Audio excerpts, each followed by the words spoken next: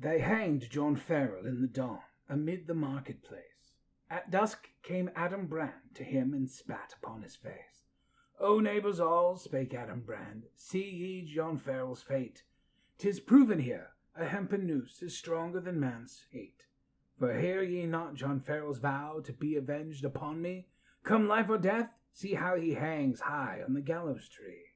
Yet never a word the people spoke, in fear and wild surprise, for the grisly corpse raised up its head and stared with sightless eyes, and with strange motion, slow and stiff, pointed at Adam Brand, and clambered down the gibbet tree, the noose within its hand. With gaping mouth stood Adam Brand, like a statue carved of stone, till the dead man lay a clammy hand hard upon his shoulder bone.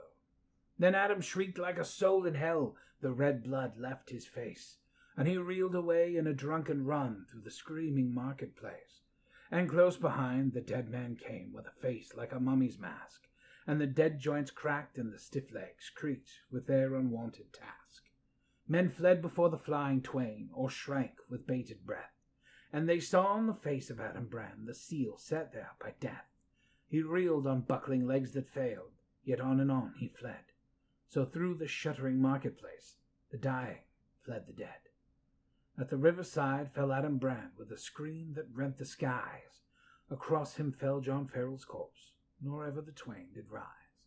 There was no wound on Adam Brand, but his brow was cold and damp, for the fear of death had blown out his life as a witch blows out a lamp.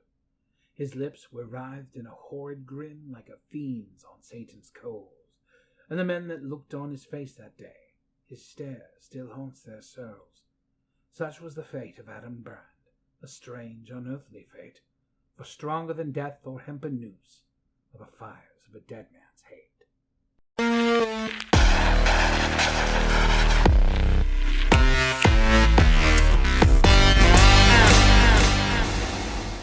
Good evening, listeners. This is Professor Jonas Armitage, and you're listening to Stories from Dark Places. Tonight's poem is called The Dead Man's Hate. It's the work of Robert Ervin Howard. Tonight's story continues to be The King in Yellow by Robert Chambers.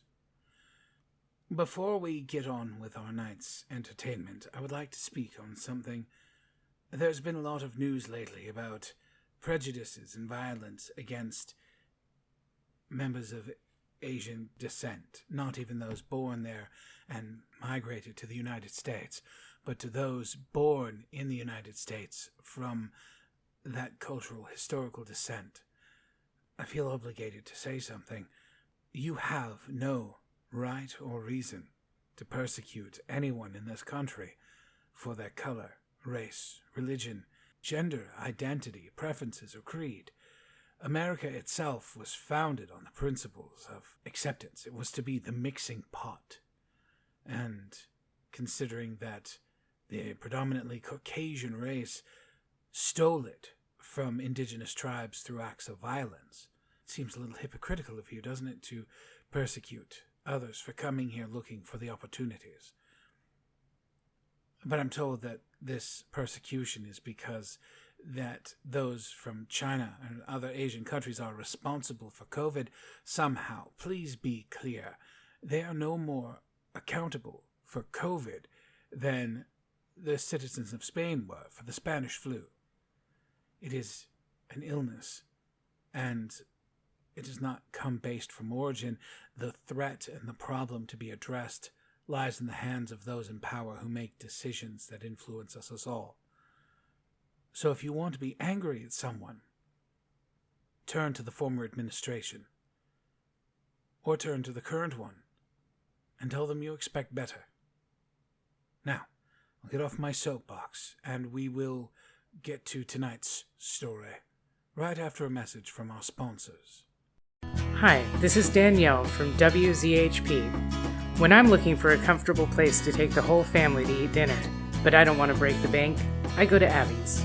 Serving the downtown Innsmouth area since 1957, Abby's is a rustic diner that specializes in American comfort food. Whether it's those deep-fried peanut butter and pickle sandwiches you saw in that diner food show, or niche northern cuisine like Alaskan snakeheads, or even if you just want a hot slice of stargazy pie, Abby's has it all. Abby's, on the corner of Martins Avenue and 12th Street West. Show your membership to Marsh Hall and get a slice of stargazy pie a la mode on the house. Part 2. I climbed the 3 dilapidated flights of stairs, which I had so often climbed before, and knocked at a small door at the end of the corridor. Mr. Wilde opened the door, and I walked in. When he had double-locked the door and pushed a heavy chest against it, he came and sat down beside me, peering up into my face with his little light-colored eyes. Half a dozen new scratches covered his nose and cheeks, and the silver wires which supported his artificial ears had become displaced. I thought I had never seen him so hideously fascinating. He had no ears. The artificial ones, which now stood out at an angle from the fine wire, were his one weakness. They were made of wax and painted a shell pink. But the rest of his face was yellow.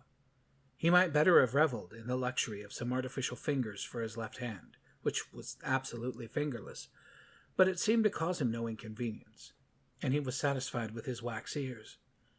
He was very small, scarcely higher than a child of 10, but his arms were magnificently developed, and his thighs as thick as any athlete's. Still, the most remarkable thing about Mr. Wilde was that a man of his marvelous intelligence and knowledge should have such a head.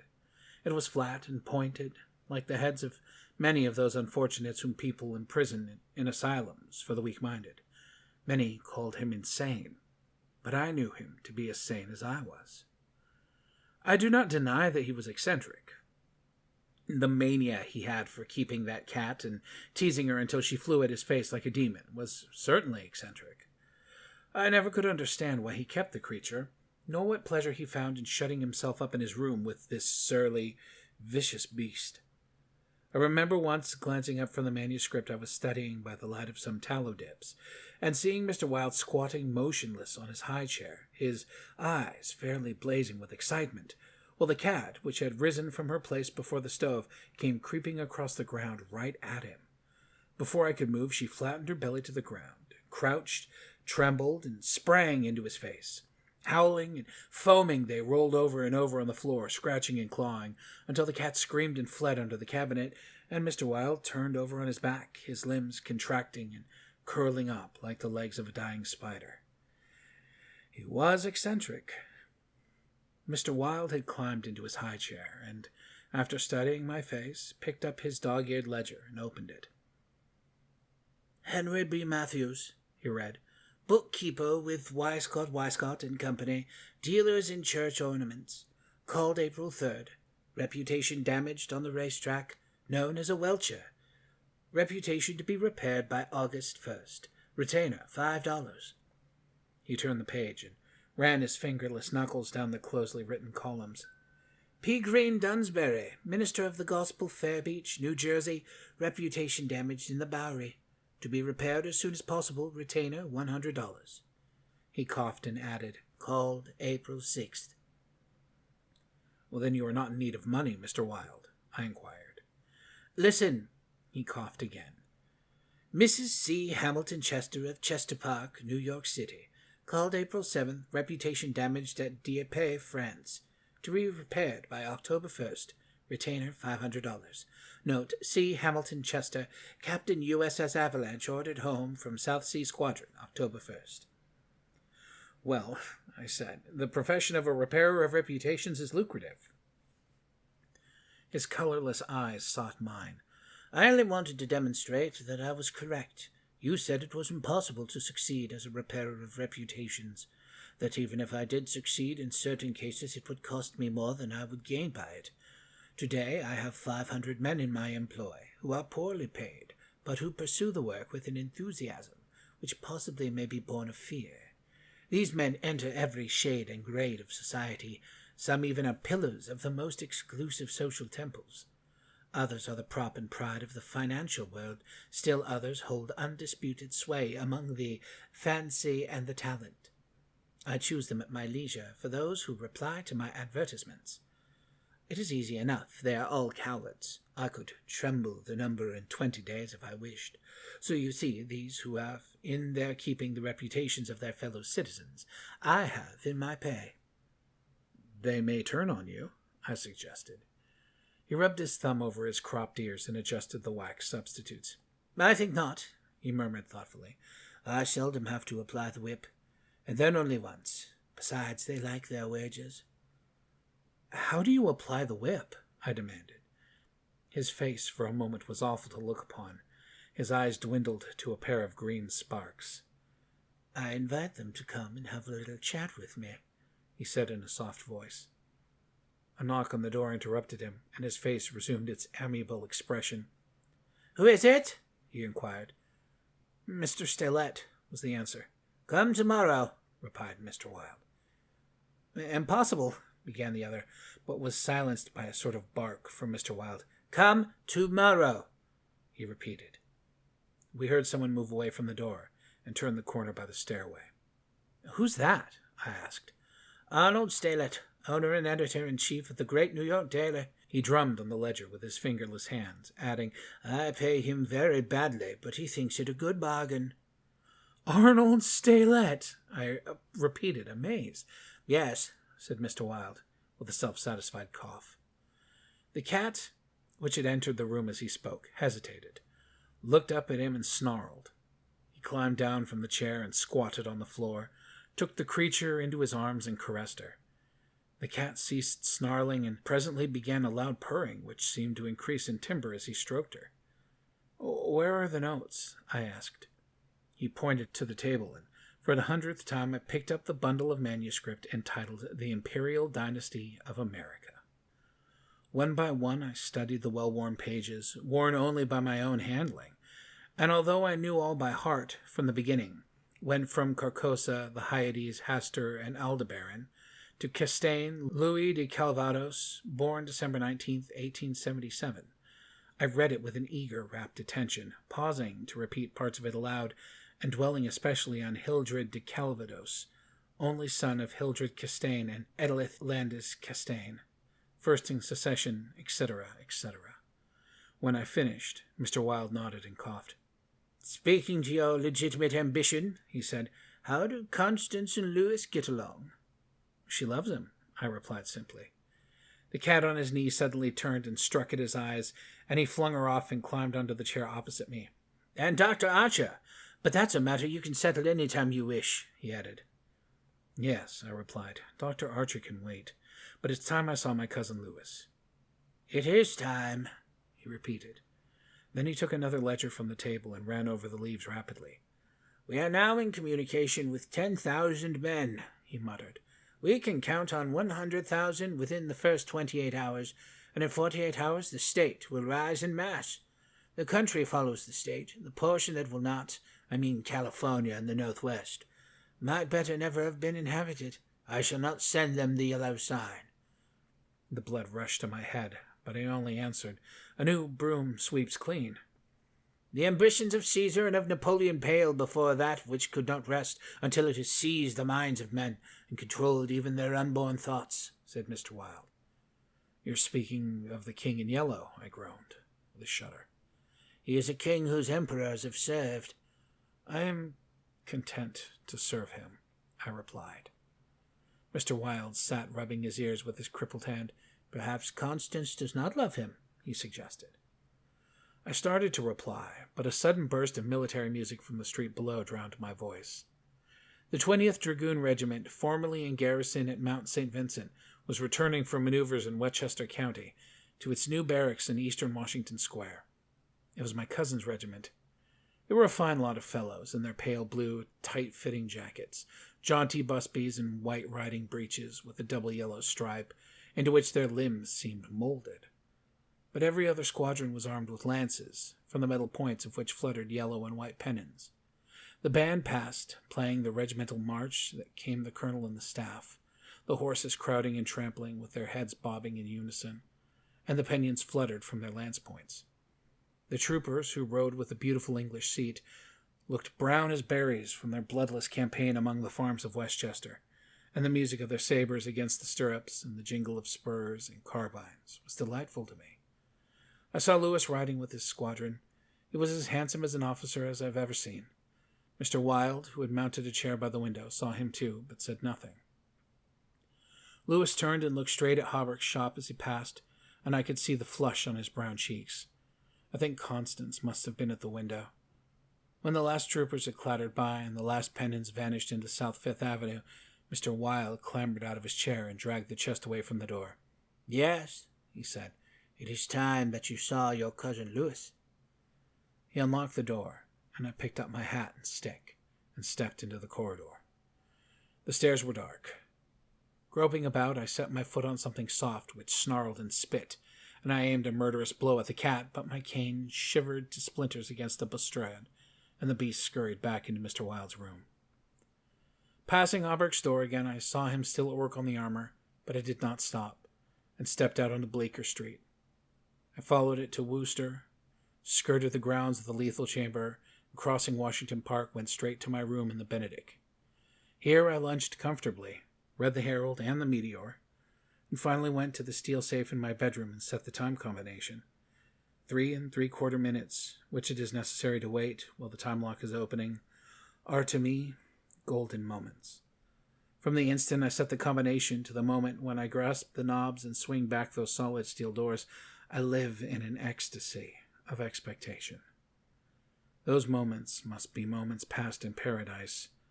I know what I am to find at the end of the time limit.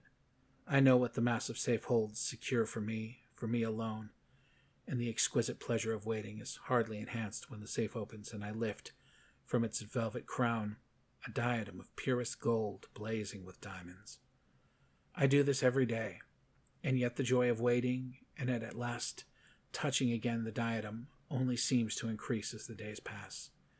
It is a diadem fit for a king among kings, an emperor among emperors. The king in yellow might scorn it, but it shall be worn by his royal servant.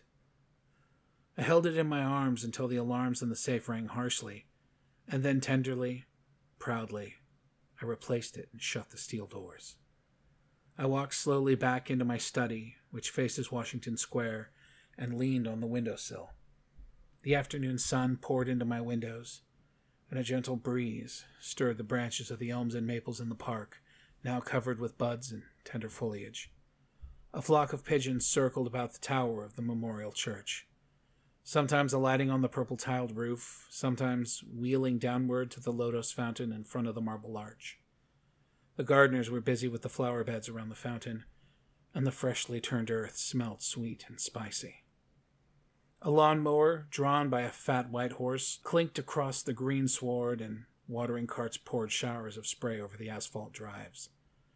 Around the statue of Peter Stuyvesant, which in 1897 had replaced the monstrosity supposed to represent Garibaldi, children played in the spring sunshine, and nurse girls wheeled elaborate baby carriages with a reckless disregard for the pasty-faced occupants, which could probably be explained by the presence of half a dozen trim dragoon troopers languidly lolling on the benches. Through the trees, the Washington Memorial Arch glistened like silver in the sunshine, and beyond, on the eastern extremity of the square, the gray stone barracks of the dragoons and the white granite artillery stables were alive with color and motion. I looked at the Lethal Chamber on the corner of the square opposite. A few curious people still lingered about the gilded iron railing, but inside the ground the paths were deserted. I watched the fountains ripple and sparkle. The sparrows had already found this new bathing nook, and the basins were covered with the dusty, feathered little things. 2 or 3 white peacocks picked their way across the lawns, and a drab-colored pigeon sat so motionless on the arm of one of the Fates that it seemed to be part of the sculptured stone. As I was turning carelessly away, a slight commotion in the group of curious loiterers around the gates attracted my attention.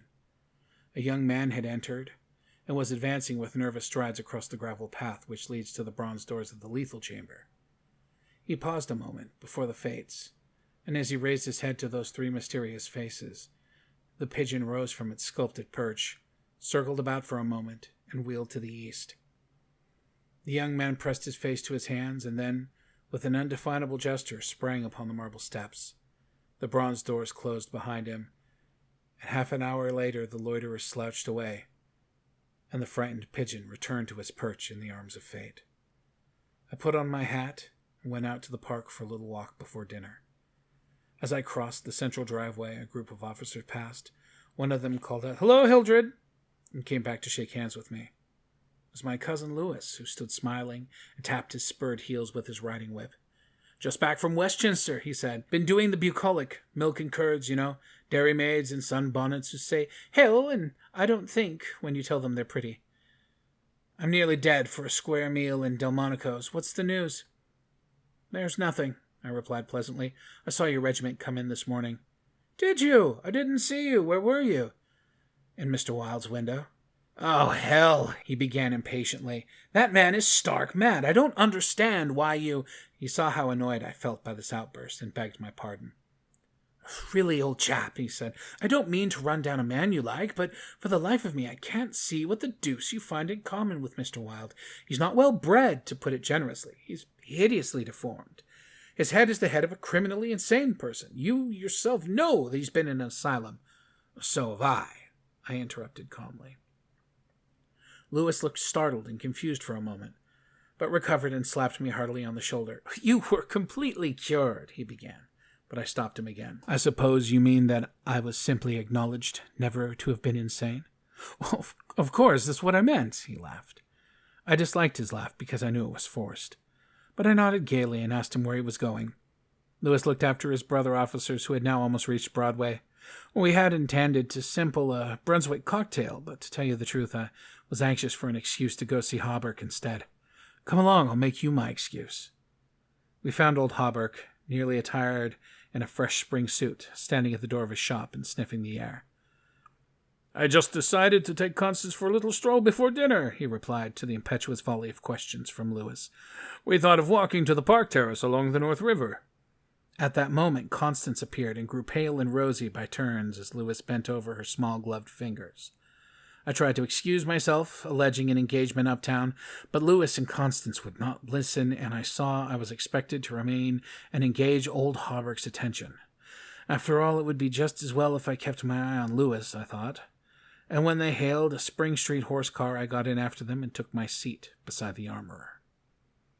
The beautiful line of parks and granite terraces overlooking the wharves along the North River, built in 1910 and finished in the autumn of 1917, had become one of the most popular promenades in the metropolis. They extended from the Battery on 190th Street, overlooking the noble river and affording a fine view of the Jersey shore and the highlands opposite. Cafes and restaurants were scattered here and there among the trees, and twice a week military bands from the garrison played in the kiosks on the parapets. We sat down in the sunshine on the beach, at the foot of the equestrian statue of General Sheridan. Constance tipped her sunshade to shield her eyes, and she and Lewis began a murmuring conversation which was impossible to catch. Old Hawberk, leaning on his ivory-headed cane, lighted an excellent cigar, the mate of which I politely refused, and smiled at vacancy. The sun hung low above the Staten Island woods, and the bay was dyed with golden hues, reflected from the sun-warmed sails of the shipping in the harbor. Brigs, schooners, yachts, clumsy ferry boats, their decks swarming with people, railroad transports carrying lines of brown, blue, and white freight cars, stately sound steamers, déclassé tramp steamers, coasters, dredgers, scows, and everywhere pervading the entire bay, impudent little tugs puffing and whistling officiously. These were the craft which churned the sunlit waters as far as the eye could reach. In calm contrast to the hurry of sailing vessels and steamers, a silent fleet of white warships lay motionless in midstream. Constance's merry laugh aroused me from my reverie. "What are you staring at?" she required. "Nothing. The fleet," I smiled. Then Lewis told us that the vessels were, pointing out each by its relative position to the old fort on Governor's Island. "The little cigar-shaped thing is a torpedo boat," he explained. "There are 4 more lying close together. There are the Tarpon, the Falcon, the Sea Fox, and the Octopus. The gunboats just above the Princeton, the Champlain, the Stillwaters, and the Erie. Next to them lie the cruisers Farragut and Los Angeles. And above them the battleships California and Dakota, and the Washington, which is the flagship. Those 2 squatty-looking chunks of metal which are anchored there off Castle William are the double-turreted monitors Terrible and Magnificent. Behind them lies the ram, Osceola." Constance looked at him with deep approval in her beautiful eyes. "What loads of things you know for a soldier," she said, and we all joined in the laugh which followed. Presently, Lewis rose with a nod to us and offered his arm to Constance, and they strolled away along the river walk. Hawberk watched them for a moment and then turned to me. "Mr. Wilde was right," he said. "I found the missing tassets in the left cassard of the Prince emblazoned, and a vile old junk garret in Pell Street." 998, I inquired with a smile. "Yes. Mr. Wilde is a very intelligent man," I observed. "I want to give him the credit for this most important discovery," continued Hawberk, "and I intend it shall be known that he is entitled to the fame of it." "He won't thank you for that," I answered sharply. "Please say nothing of it." "Do you know what it is worth?" said Hawberk. $50, perhaps." "It is valued at $500, but the owner of the Prince's emblazoned will give $2,000 to the person who completes his suit. That reward also belongs to Mr. Wilde." "He doesn't want it. He refuses it," I answered angrily. "What do you know about Mr. Wilde? He doesn't need the money. He's rich, or will be richer than any living man except myself. What will we care for money then? When will we care, he and I, when what?" demanded Hawberk, astonished. "You will see," I replied, on my guard again. He looked at me narrowly, much as Dr. Archer used to, and I knew he thought I was mentally unsound. Perhaps it was fortunate for him that he did not use the word lunatic just then. "No," I replied to his unspoken thought, "I'm not mentally weak. My mind is as healthy as Mr. Wilde's. I do not care to explain just yet what I have on hand, but it is an investment which will pay more than mere gold, silver, and precious stones. It will secure the happiness and prosperity of a continent, yes, a hemisphere." "Oh," said Hawberk. "And eventually," I continued more quietly, "it will secure the happiness of the whole world." "And incidentally your own happiness and prosperity as well as Mr. Wilde's?" "Exactly," I smiled. But I could have throttled him for taking that tone. He looked at me in silence for a while, and then said very gently, "Why don't you give up your books and studies, Mr. Castaigne, and take a tramp along the mountains somewhere or other? You used to be fond of fishing. Take a cast or two at the trouts in the Rangleys." "I don't care for fishing any more," I answered, without a shade of annoyance in my voice. "You used to be fond of everything," he continued. "Athletics, yachting, shooting, riding." "I've never cared for rides since my fall," I said quietly.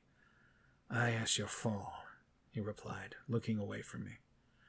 I thought this nonsense had gone far enough, so I brought the conversation back to Mr. Wilde, but he was scanning my face again in a manner highly offensive to me. "Mr. Wilde," he repeated.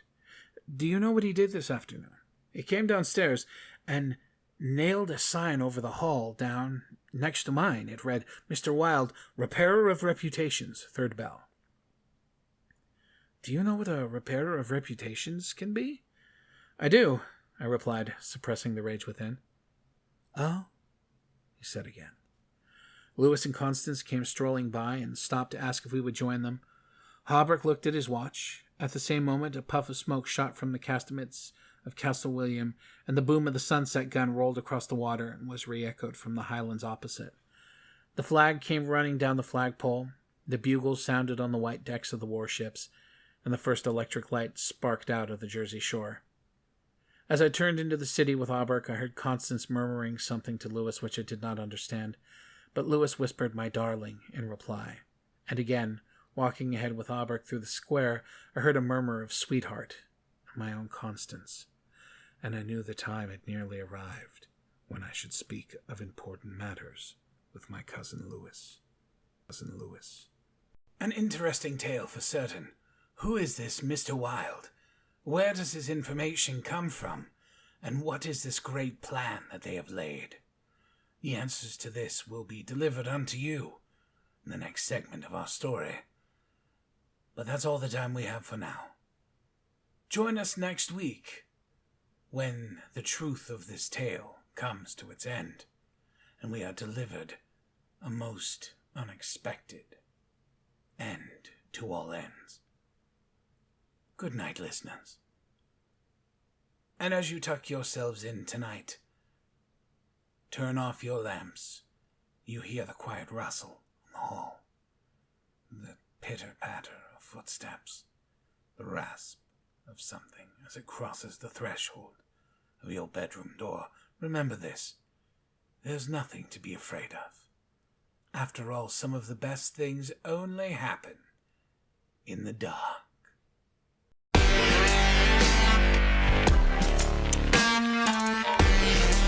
Stories from Dark Places was recorded before an imaginary studio audience. All stories performed on this podcast have express written consent from the original. Jonas Armitage, his studio manager, and the entire staff of WZHP Radio Innsmouth are fictitious characters, and it's probably for the best that you continue to believe that.